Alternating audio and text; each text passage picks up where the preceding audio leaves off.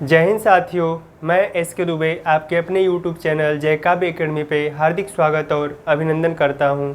जैसा कि दोस्तों मैंने कल वर्णमाला के पहले भाग में आपको कुछ चीज़ें बताई, आज उसके आगे के बारे में हम आपको बताएंगे। तो आइए शुरू करते हैं।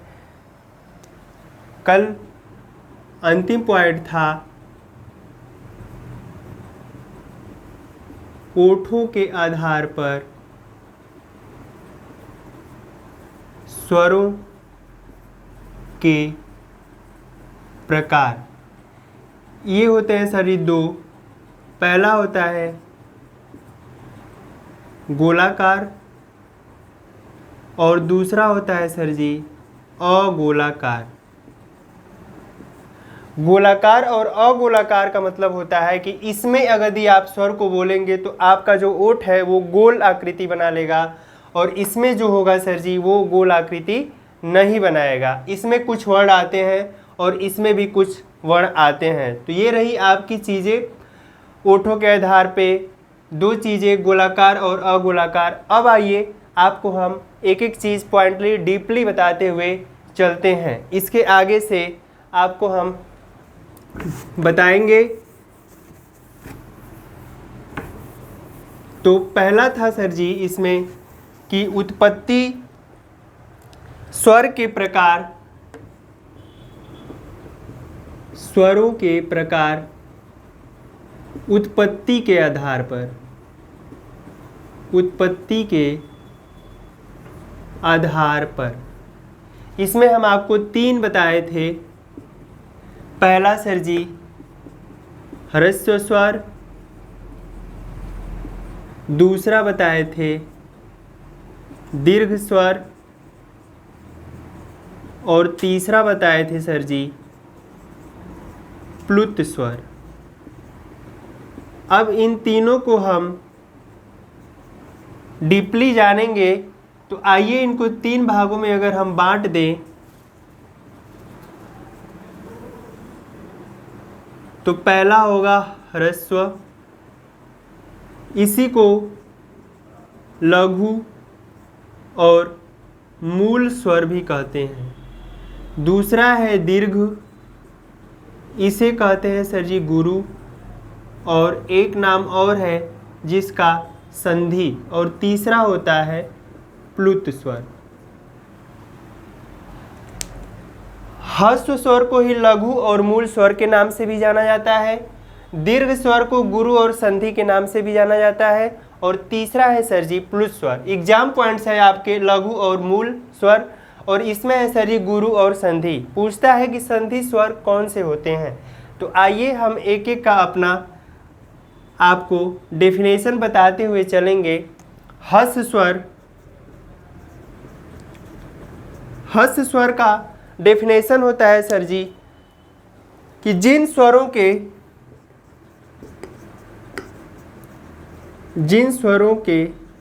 उच्चारण में कम समय लगता है उसे हम ह्रस्व स्वर कहते हैं। जिन स्वरों के उच्चारण में कम समय लगता है उसे हम ह्रस्व स्वर कहते हैं, या मूल स्वर कहते हैं, या लघु स्वर कहते हैं। इनमें आते हैं सर जी चार: अ, छोटी ई, छोटा ऊ, और चौथा आता है ऋषि को इसी में गिना जाता है। ये आपके मूल स्वर हैं, लघु स्वर है और ह्रस्व स्वर है। तीन नाम है इनका। इसके बाद हम आपको दीर्घ स्वर के बारे में बताते हैं। दीर्घ स्वर किसे कहते हैं?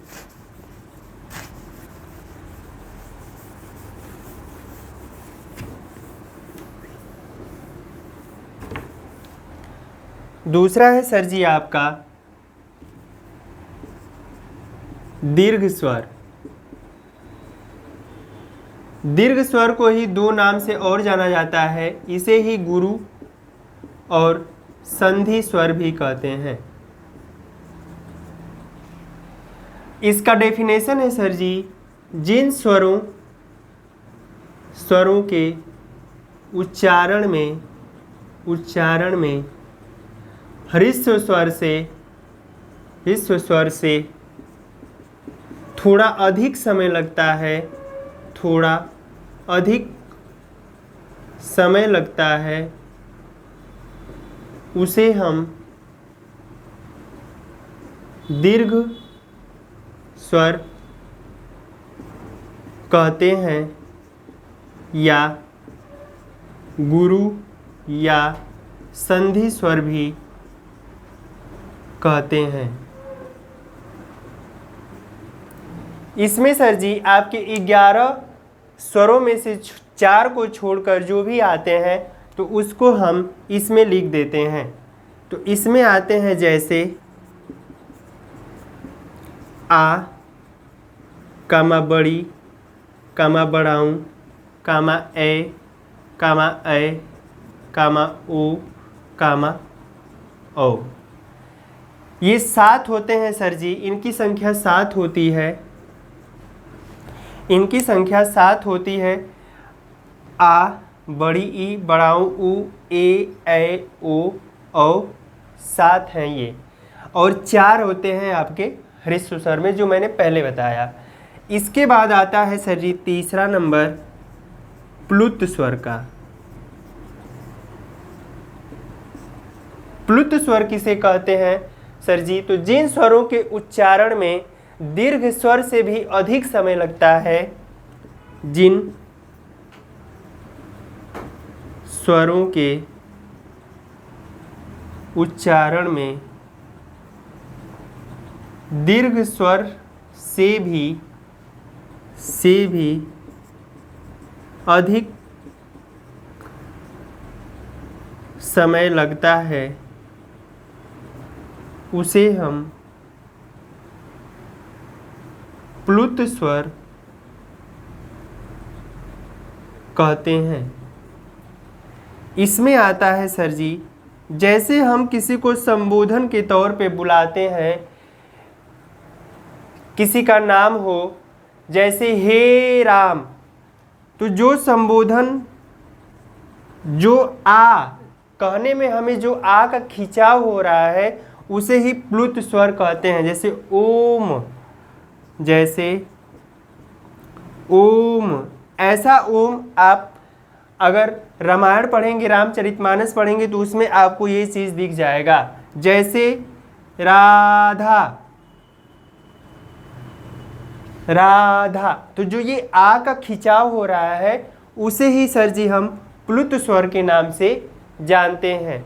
तो आपको हमने ह्रस्व स्वर, दीर्घ स्वर और प्लुत स्वर 3 चीज़ें उत्पत्ति के आधार पे डेफिनेशन किए।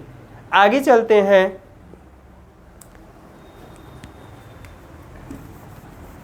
दीर्घ स्वर में 2 चीज़ें और होती हैं, वो अभी हम आपको बताते हैं।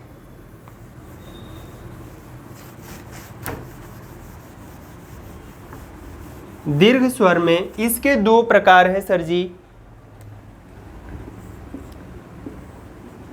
एक होता है मूल दीर्घ और सजातीय। मूल दीर्घ और सजातीय होता है, और दूसरा होता है सर जी संयुक्त स्वर। सजाती किसे कहते हैं? सजाती का मतलब जो सजाया गया हो, जो सज के निकला हो, जो सज के निकला हो या जिसे सजाया गया हो। तो इसमें आते हैं सर जी आपके, जैसे दीर्घ में हम आपको लिखवाए थे आ, बड़ी, बढ़ाऊं, ए, ऐ, ओ और औ। 7 हम आपको लिखवाए थे। तो इसमें जो आते हैं आ, कामा बड़ी कामा बड़ाऊं। और जो 4 होते हैं सर जी, ये होते हैं आपके संयुक्त स्वर। ये भी आपके एग्जाम का ही क्वेश्चन है, ओ और ओ। संयुक्त का मतलब होता है जो 2 वर्णों से मिलकर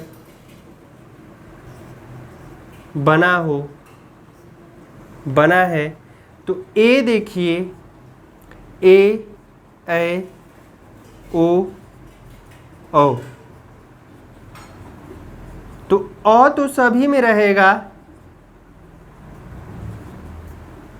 अ सभी में रहेगा सर जी।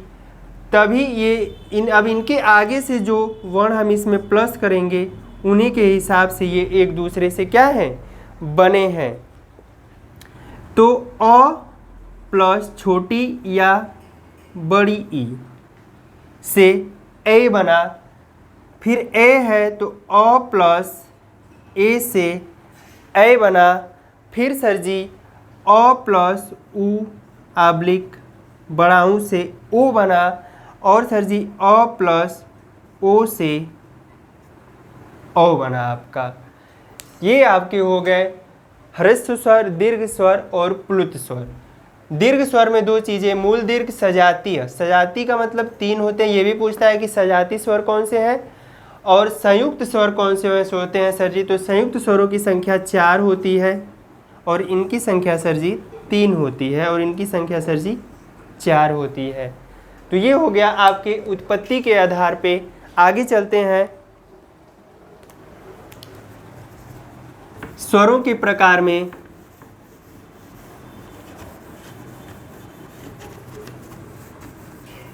स्वरों के प्रकार में सर जी आगे आपका हम लिखवाए थे कल के वीडियो में, जिह्वा के आधार पे, जिह्वा के आधार पे स्वरों के प्रकार। जिह्वा के आधार पर स्वरों के प्रकार। ये सर जी हम आपको बताए थे, इसमें 3 होते हैं। अग्र स्वर, दूसरा होता है सर जी मध्य स्वर और तीसरा होता है सर जी पश्च स्वर। 3 चीज़ें हम आपको कल बताए थे जिह्वा के आधार पे, अग्र स्वर, मध्य स्वर और पश्च स्वर। अग्र स्वर किसे कहते हैं? तो अग्र स्वर सर जी जिन स्वरों का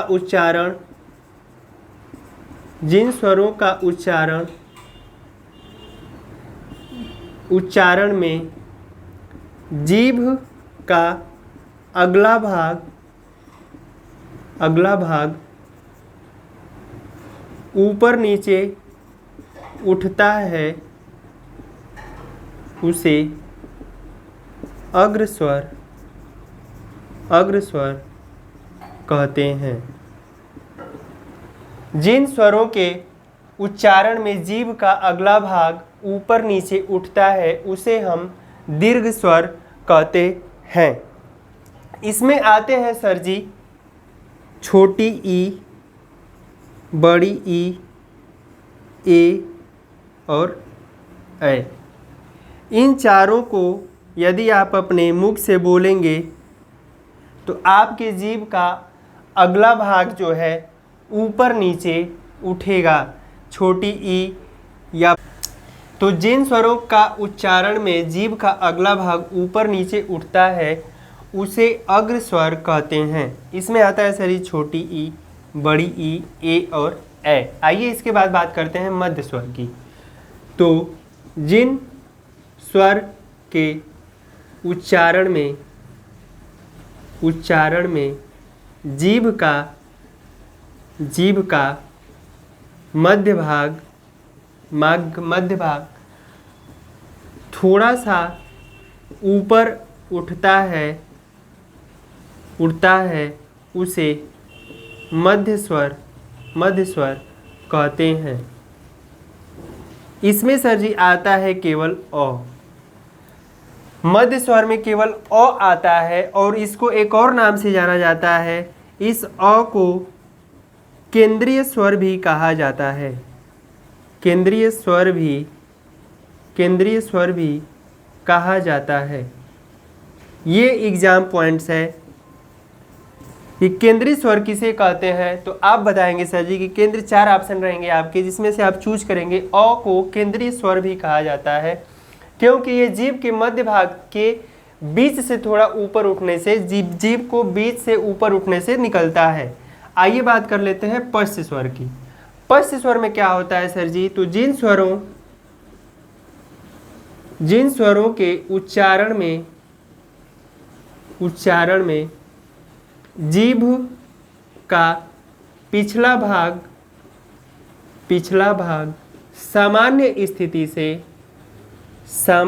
स्थिति से ऊपर उठता है उसे पश्च स्वर कहा जाता है। इसमें आते हैं सर जी 4 के, आप 4 तो आपके ये हो गए और इसमें निकल गया, तो इसमें बचते हैं आ और एक आता है सर जी आगत स्वर, एक आता है ऊ,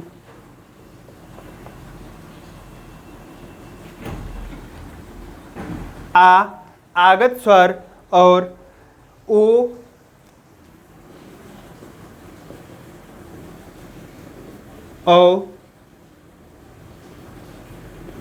ओ पे बिंदी नहीं रहेगी। इसमें आते हैं सर जी आ, इसको बोलते हैं आगत।